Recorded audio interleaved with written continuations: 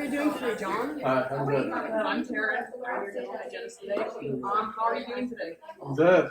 Just hanging out with the kids later, but yeah, things are good. That sounds fun. Any concerns with your teeth or your mouth right now? Yeah, I think at least just lately, I guess, when I start to brush, it kind of bleeds a little bit, but other than that, I feel like I'm pretty good at brushing and that kind of thing. So. Good. Does it bleed everywhere or just in certain areas? I honestly don't really know. I kind of just, when I spit my toothpaste out, there's a little bit of blood in there. So. We'll look at that today. Okay, John, so I'm going to show you this chart here. It's got some different pictures of gums on here. Okay. Can you see any differences between the healthy gums here and the gums that say gingivitis here? Do you see any difference between them? Yeah. Just right off the bat, I'm seeing just more redness. It kind of looks honestly puffier too, in like that region around the front teeth. Yeah, for sure. Yeah, just around the teeth, it's more red. Yeah, and you see how these are more, the gum on the healthy gums is a little bit more pink. Yeah. It looks more tight. And Yeah. So that's what we want our gums to look like that. But right now I do see some areas in your mouth where it is more red and inflamed. Yeah, now that you say that too, I definitely have seen some areas where it kind of looks a little darker on my gums. Yeah, do you understand why it's more dark in those areas? Yeah, obviously just because I'm not cleaning it well enough, so it's getting inflamed. Yeah, so what happens is bacteria, it kind of just stays there and gets stuck on there around the gums.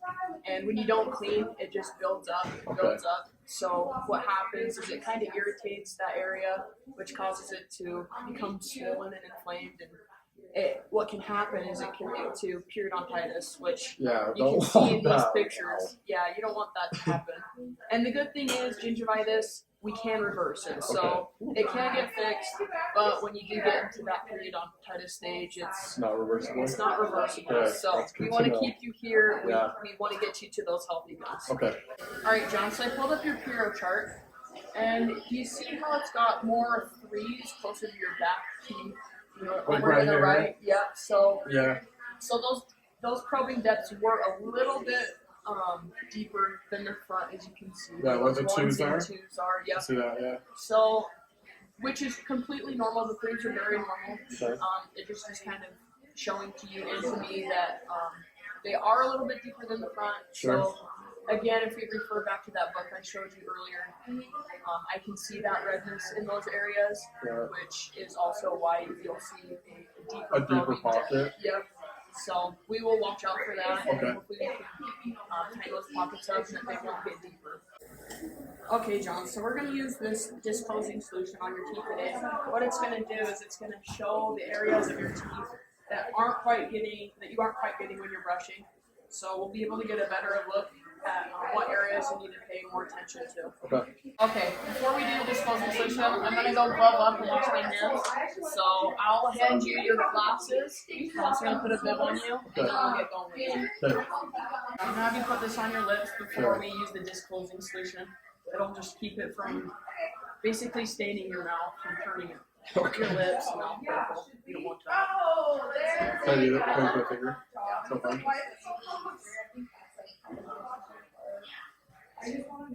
Cool. Thank you.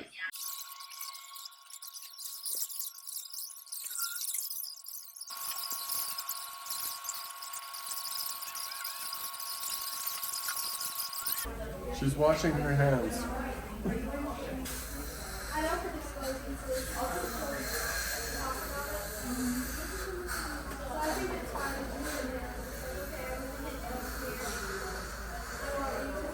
So when you look in the mirror, what do you see? Where do you see the more purple and pink spots?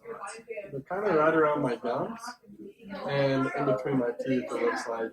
Yeah, and can you see how it's darker in the back? Yeah. So that purple means that it's been longer than the pink. So we're gonna work on trying to find ways that we can get up there better when you're brushing so that it gets clean more often. I'm gonna hand you this. It's called a dental. It's just teeth. Okay. Fake teeth. And I want you to show me on it how you brush your teeth. Ooh. I guess I've been really. I kind of just go back and forth, Back just and forth. Yeah. scraping.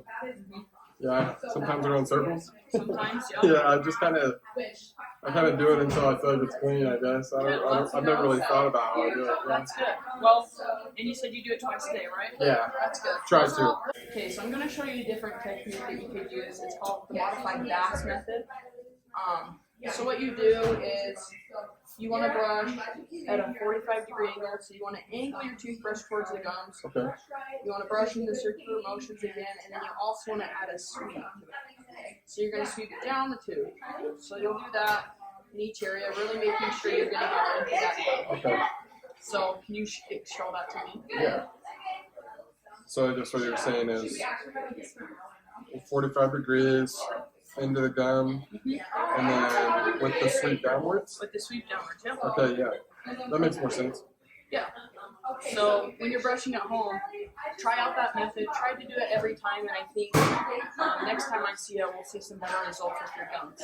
And they probably won't bleed as much, too. Okay, that sounds good. Okay, John, now that you can see where that disposing solution is, where you're going to get more with the toothbrush, I'm going to hand you a toothbrush. Okay. I'm going to have you use that new method that I showed you. And I'm going to have you brush your own teeth and try to get those areas that we're missing. Okay. So you use like 45 degrees Yep. into the silicone, 45 into the and then you get a sweep down. Yep, that's perfect. Looks great. And make sure you get into those posteriors. Yeah.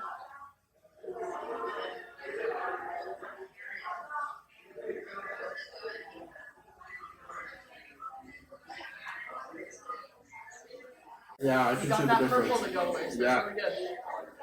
Okay. It's awesome.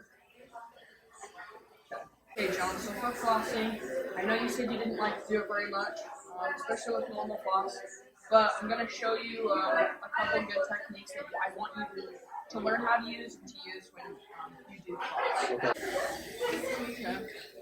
So what you want to do is you want to use a C shape around the tube. So most people think that just snapping down is good enough to get the ginger out. We don't want to do that.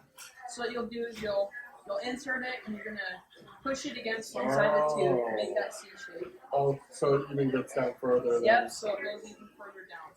And then you'll do it on the other tooth as well. So you're going to do that on each tooth. And you want to move your, use different areas of the floss because we don't want to use the same area all the time because it's just getting dirty. Right. And then do it again. Right. So I'm going to do this. I'm going to have you demonstrate it for me. Okay.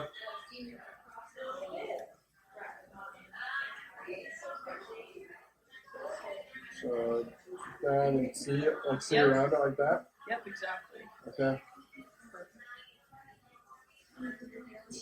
That makes sense.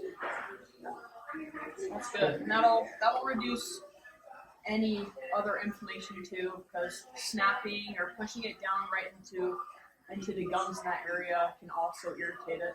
Okay. So you don't want that either. So yeah, good job. So for at home, what kind of like toothpaste do you use? What kind of toothbrush do you have? My toothbrush, I think it's just a normal Oral-B. It's not electric. Not electric, just Yeah, a just a manual. Okay. Manual toothbrush, and then Crest toothpaste. Crest toothpaste? Yeah. Okay, those are both great options for you. One thing that I want to recommend that maybe you try using is a mouth rinse, Okay. especially one that has fluoride in it. I think that will help with a lot of the inflammation and to kind of protect that enamel in those teeth better. Okay. And it'll also help with your gingivitis. And it'll reduce that plaque buildup that's building up under your nose. Okay. So that would be a good recommendation for you. Okay.